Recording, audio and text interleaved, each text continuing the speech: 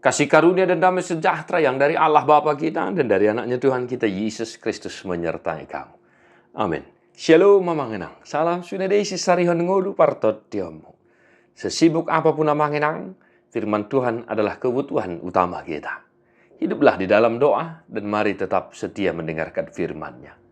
Amangenang hatan itu hatta Kejadian 45 ayat 24. Asa di papor hak Makkah hahanai gabelaho nasida. Alai ninna doh madok nasida. Unang marbadai hamu di tengah dalan. Kemudian ia melepas saudara-saudaranya serta berkata kepada mereka, janganlah berbantah-bantah di jalan. Demikian firman Tuhan. Amanginang, singkat padat jelas, ya.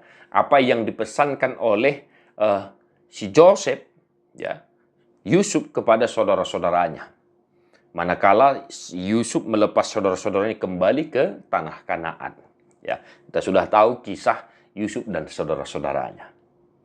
Nah, manginang lara lebih tumakas dona di hata bahasa kita deh. Unang marbedai hamu itu ngadalan. Kalau di bahasa Indonesia memang dikatakan berbantah-bantah, hanya sebatas mungkin kalau berbantah-bantah masih halusan ya, ya miskomunikasi ya, saling beda pendapat dan lain sebagainya. Alai molo hata-bata taya teh manginang. Unang marbedai hamu itu ngadalan ninna. Lah akado kan nahin holongan. Ya. Amang nang juk do ya teh. Ya masyalusan. Ya. Marsual dan lain-lain. Bahkan mulai dok merbadai ya ini sudah mengarah ke fisik ya manginang ya. Merbadai. Nah, maka mari manginang. Mari kita coba belajar supaya dalam kehidupan kita sehari-hari kita jangan sampailah berbantah-bantah masih halusan nanti manginang ada masih pakailah ada dan lain sebagainya. Wah, bahkan jangan sampai beradu fisik kan begitu. Di paingok si Joseph doa kahanai unang merbadai di tengah jalan, apalagi di tengah jalan manginang.